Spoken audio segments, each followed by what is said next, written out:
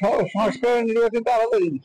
চলতি বছরের নির্বাচনে আসলে আমরা করতে পারি, আমরা তো করি, কারণ আমাদের প্রধান উপদেষ্টাই বলেছেন যে ডিসেম্বরের মধ্যে তিনি নির্বাচন করতে চান, সেই ধরনের আগ্রহ তারা। প্রধান উপদেষ্টা শপথ নিলেন, সেক্ষেত্রে কি দেখলাম যে আশাবাদ আমাদের মধ্যে দেখা দিয়েছে এই বিষয়টি। ব্যাপার হচ্ছে কি, চীন সফর করাটা এটা নিঃসন্দেহে বর্তমান সরকারের একটা, আমি মনে করি যে এটা একটা বড় সাফল্য।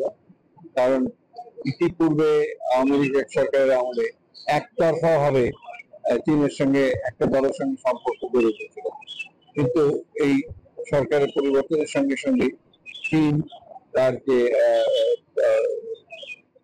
চিন্তা ভাবনাগুলো পরিবর্তন করেছে। চীন এখন প্রায় সব রাজনৈতিক দলের সঙ্গে কথাবার্তা বলছে। বিশেষ করে প্রধান উপদেষ্টা তো সরকার প্রধান মানে হচ্ছে বাংলাদেশের প্রতিনিধিত্ব তিনি করেন।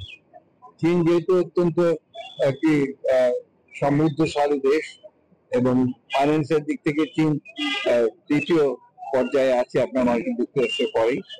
বাংলাদেশের চীনের যে বিনিয়োগ সেটাও অনেক অনেক বেশি, এবং চীন কমিটও করেছে যে তারা আগামী দিনগুলোতে এই উৎপাদনে উন্নয়নে তারা বিনিয়োগ করবে। এটা নিঃসন্দেহে আমাদের জন্য আশাবাদের কথা। আর কিছু আছে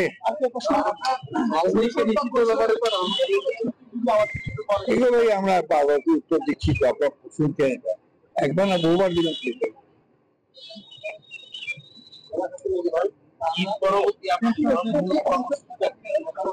আমাদের রাজনৈতিক কর্মসূচি হবে, আমাদের এখনো তো রাজনৈতিক কর্মসূচি ঈদেও হয়েছে। পুরো আপনার ইফতারে আমাদের একেবারে ওয়ার্ড পর্যায়ে আমাদের আপনার ইফতার করেছি আমরা। সংস্কার নির্বাচন তো আলাদা জিনিস। সংস্কারের মধ্যে চলবে, নির্বাচন চলবে। আমাদের রাজনৈতিক দল হিসেবে আমাদের রাজনৈতিক জনগণের সঙ্গে সম্পর্ক করা।